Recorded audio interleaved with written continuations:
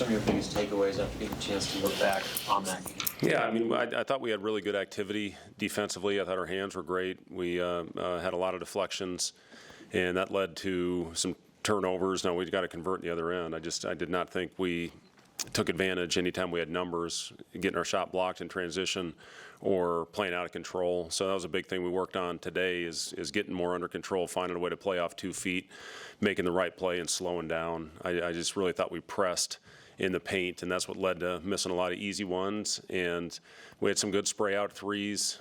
We want to continue to take those. They weren't falling for us the other day, but our defense won us that game. We found a way to stay competitive, especially that first half where we shot 25% and went into the locker room with the lead, extended it out. And again, I know I've talked about this at length, but we got to find a way to put a team away when we have them down. And hopefully our guys get that sooner than later.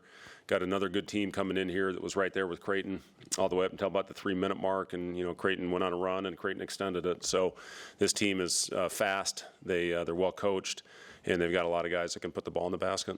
When you're evaluating it this early in the season, is there a balance you have to strike between addressing what needs to be addressed and not overreacting to what you see in a couple games? That's the best question you've asked in 3 years. That it is, because you think, are we doing the right thing? And, do you have a knee-jerk reaction and throw everything out the window and change?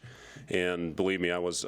You see these big dark circles under my eyes, is because I was literally up all night thinking about that exact question on what do we do? Do we put in a new system? Do we stick with what we've been doing and just do it better? A lot of it was just playing out of control, not so much the system. We just did not make the right play.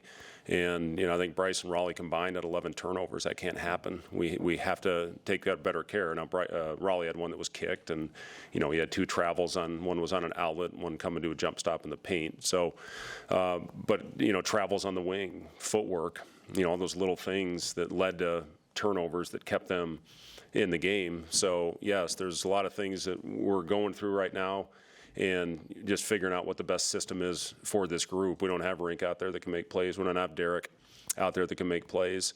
BK has shown some ability to do that, but we just have to be more consistent with it. And, again, we've had stretches in all the games we've played so far this season where we played really good, and we just need to be more consistent across the board. That being said, you're getting good looks. Do you just kind of have guys shoot through the cold shooting that's happened so far, or do you? Well, that was a big. We shot 1 million shots in practice today, and I took that rim down and showed them how big it was with being able to fit 2 balls in the rim, and just hopefully get that mental block of it is. Believe me, I've been through a lot of highs and lows, ups and downs when I was in my playing career. Sometimes that thing looks like the ocean. Sometimes it looks like a little thimble up there. And for our guys the other night, you could just see they were a little tense when they went up to shoot it. Our guys are workers. They really do get in the gym and spend a lot of extra time getting up shots. Now it's got to carry over. You got to have that same confidence in when the lights turn on as you do when you're in the gym by yourself. And that's a big part of it right now. So, and listen, it takes a game. Hopefully where the guys see it go in the basket, and then hopefully they'll take off from there. But, listen, I think I set a record one year with the Bulls. I missed my first 18 shots of the year. But law of averages, they usually come back, and then I started making shots. And, but I'm telling you, when you're missing those shots, there's a lonely feeling. So you just got to find a way to stay engaged, keep doing it, trusting it, and hopefully they'll start going in soon.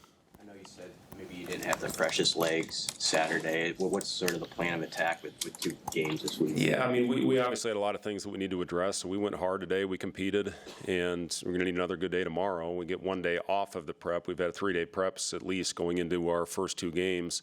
Now we get a 2-day prep. So, the day off yesterday, and then we'll have 3 days leading into the game this weekend. But just, I need to make sure that they are fresh. But I thought we needed a tough physical week leading into the last game after what I saw in the opener, and it may have taken their legs a little bit, but I really didn't care.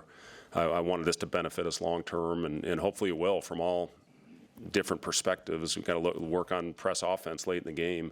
Did a good job getting the ball to Connor where he was able to make free throws, to keep the 2-possession lead. Got it to Bryce, another really good free throw shooter. So just, it's given us a chance to work on some things, and hopefully we'll benefit from that in the long run.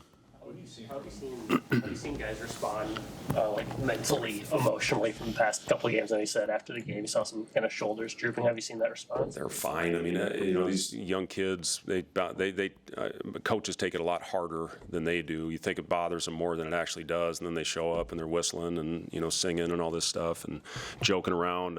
It's just, it's I think this era of kids, they just, they find a way to let it bounce off their back. Maybe that's got something to do with social media and all the crap that gets talked about them. And, they've shown up.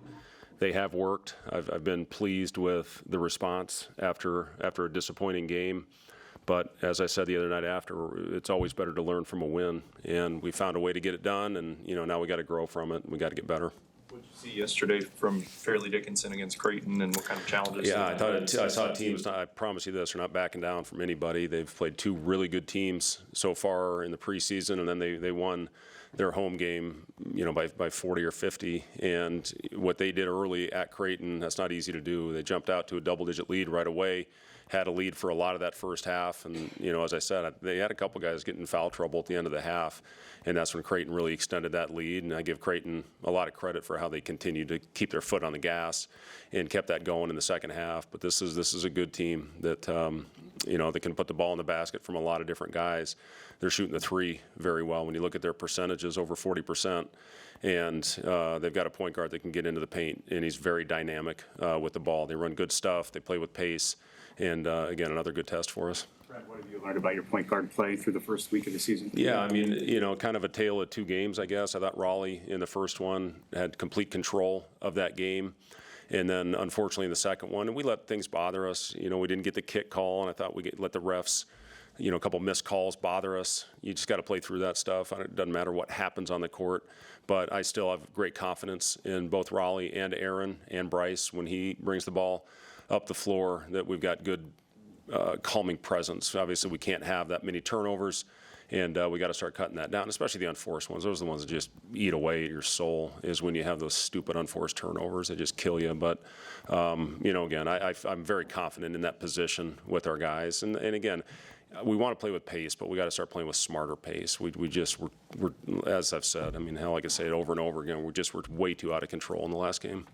How hard is non-conference scheduling now with the fact how early you have to do it and the way teams change? Like Texas Rio Grande, you got North Florida coming up, they get 37 AP poll right now. Yeah. Like, how much does that change just your approach to non-conference play when you don't know what you're getting, and then teams are often a lot better than them? Yeah, you have no idea. And, that UT Rio Grande is a great example of that, with a new coach, and they brought in 12 new guys, and they can all play, and they all fit into that system very well with their analytical approach to the game. And North Florida's beat South Carolina, and then yesterday they go in and score 105 and beat Georgia Tech. So two good quality road wins against high major opponents. And again, this will all benefit us.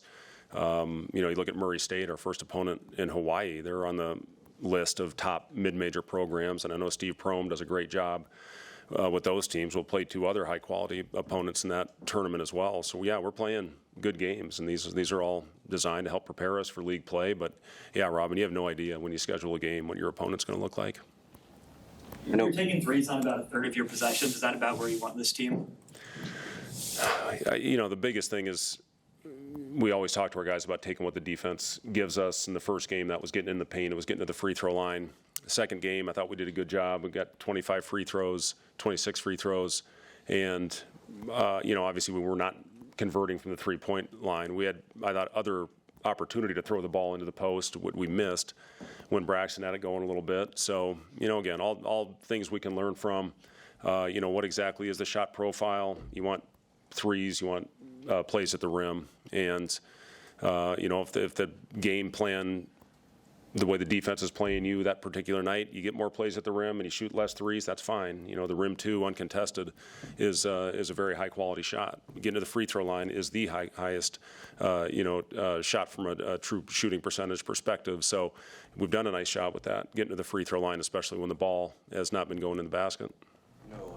He's a versatile player. Is there something in particular you think you could really emphasize with him? You're thinking about? Yeah, Burke when you watched him play this summer, I think he made his last 8 threes in the tournament that he played in, and he's going to get it going. He's too good of a shooter. I just think he's a little off balance right now and maybe a little rushed, like a lot of our guys are, and that's human nature. When the ball's not going in, you have a tendency just reaching a little bit closer to the basket as opposed to trusting your shot, and he's shooting the heck out of it in practice, and it's just a matter of time before his shot starts falling.